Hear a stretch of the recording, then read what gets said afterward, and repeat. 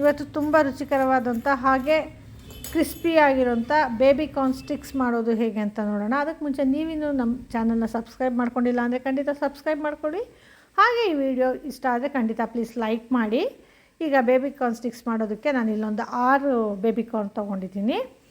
ಹಾಗೆ ಇಲ್ಲೊಂದು 2 ಕಪ್ಪಷ್ಟು ನೀರನ್ನ ಕಾಯೋದಕ್ಕೆ ಇಟ್ಕೊಂಡಿದ್ದೀನಿ. ಈ ನೀರು ಕಾಯೋದಕ್ಕೆ ಶುರುವಾಗಿದೆ. ಈಗ ಇದಕ್ಕೆ ನಾನು ಸಿಪ್ಪೆ ತೆಗೆದು ಇಟ್ಕೊಂಡಿರೋಂಥ ಬೇಬಿಕಾರ್ನ್ನ ಹಾಕ್ಕೊಂಡು ಅದಕ್ಕೆ ಒಂದು ಅರ್ಧ ಟೀ ಸ್ಪೂನಷ್ಟು ಉಪ್ಪು ಹಾಕಿದ್ದೀನಿ. ಈ ಬೇಬಿಕಾರ್ನೆಲ್ಲ ಉಪ್ಪಲ್ಲಿ ಚೆನ್ನಾಗಿ ಬೆಂದರೆ ಅದು ಉಪ್ಪು ಎಲ್ಲ ಚೆನ್ನಾಗಿ ಹೀರಿರುತ್ತೆ. ಅದಕ್ಕೋಸ್ಕರ ಇದು ಒಂದು 4ರಿಂದ 5 ನಿಮಿಷ ಬೇಯಲಿ. ಅಷ್ಟೊತ್ತಿಗೆ ಮಸಾಲೆನ ಸಿದ್ಧ ಮಾಡ್ಕೊಳ್ಳೋಣ ಬನ್ನಿ.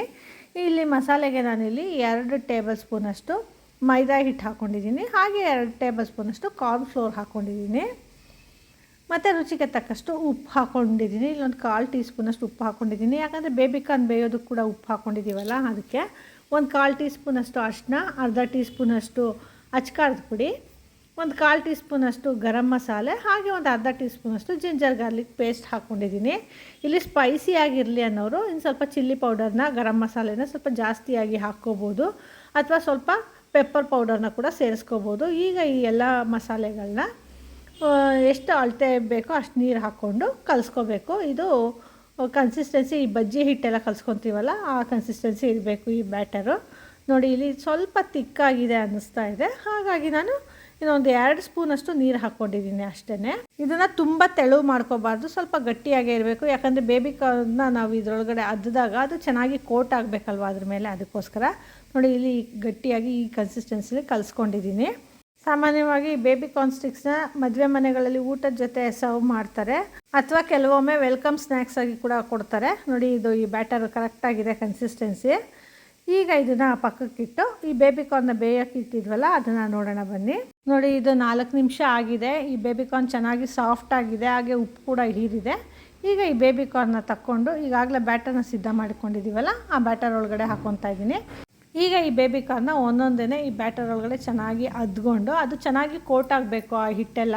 ಆ ರೀತಿ ಚೆನ್ನಾಗಿ ಕೋಟ್ ಆಗೋ ರೀತಿ ಅದ್ಬಿಟ್ಟು ಈ ಎಣ್ಣೆ ಒಳಗಡೆ ಬಿಟ್ಕೋಬೇಕು. ಈಗಾಗಲೇ ನಾನು ಎಣ್ಣೆನ ಕಾಯೋದಕ್ಕೆ ಇಟ್ಕೊಂಡಿದ್ದೆ, ಹಾಗಾಗಿ ಈ ಬೇಬಿಕಾರ್ನೆಲ್ಲ ಒಂದೊಂದಾಗಿ ಬಿಟ್ಕೊತಾ ಇದ್ದೀನಿ. ಇದನ್ನು ಓವರ್ಲ್ಯಾಪ್ ಮಾಡ್ಬೋದಾಗ ಒಂದಕ್ಕೊಂದು ಅಂಟ್ಕೊಳ್ಳುತ್ತೆ, ಹಾಗೆ ಚೆನ್ನಾಗಿ ಒಳಗಡೆಯಿಂದ ಬೇಯೋದಿಲ್ಲ. ಹಾಗೆ ಇಲ್ಲಿ ಮೀಡಿಯಮ್ ಫ್ಲೇಮಲ್ಲಿ ಬೇಯಿಸಬೇಕು, ಆಗ ಅದು ಚೆನ್ನಾಗಿ ಒಳಗಡೆಯಿಂದ ಸಾಫ್ಟಾಗಿ ಹೊರಗಡೆಯಿಂದ ಕ್ರಿಸ್ಪಿಯಾಗಿ ಚೆನ್ನಾಗಿ ಬೇಯುತ್ತೆ. ಈಗ ನೋಡಿ ಇದು ಚೆನ್ನಾಗಿ ಬೆಂದಿದೆ ಒಂದು ಸೈಡು. ಈಗ ಇದನ್ನು ಇನ್ನೊಂದು ಕಡೆ ಬೇಯೋದಕ್ಕೆ ತಿರುವು ಹಾಕ್ಕೊಳ್ತಾ ಇದ್ದೀನಿ. ಹೀಗೆ ಚೆನ್ನಾಗಿ 2 ಕಡೆನೂ ಅಷ್ಟೇ ಚೆನ್ನಾಗಿ ಡೀಪ್ ಫ್ರೈ ಮಾಡ್ಕೊಂಡು ಚೆನ್ನಾಗಿ ರೋಸ್ಟ್ ಆಗೋ ರೀತಿ ಬೇಯಿಸ್ಕೋಬೇಕು. ನೋಡಿ ಇಲ್ಲಿ 2 ಕಡೆ ಬೇಯಿಸ್ಕೊಂಡಿದ್ದೀನಿ. ಒಂದು ಟಿಶ್ಯೂ ಪೇಪರ್ ಮೇಲೆ ತಕ್ಕೊಳ್ತಾ ಇದ್ದೀನಿ. ನೋಡಿ ಇಲ್ಲಿ ಎಷ್ಟು ಕ್ರಿಸ್ಪಿಯಾಗಿ ಕಾಣ್ತಿದೆ. ಅದೇ ರೀತಿ ಇನ್ನೊಂದು 3 ಬೇಬಿಕಾರ್ನ್ ಉಳಿದಿತ್ತಲ್ವ ಅದನ್ನ ಕೂಡ ಇದೇ ರೀತಿ ಹಾಕ್ಕೊಂಡು ಫ್ರೈ ಮಾಡಿ ಇಟ್ಕೊಂಡಿದ್ದೀನಿ.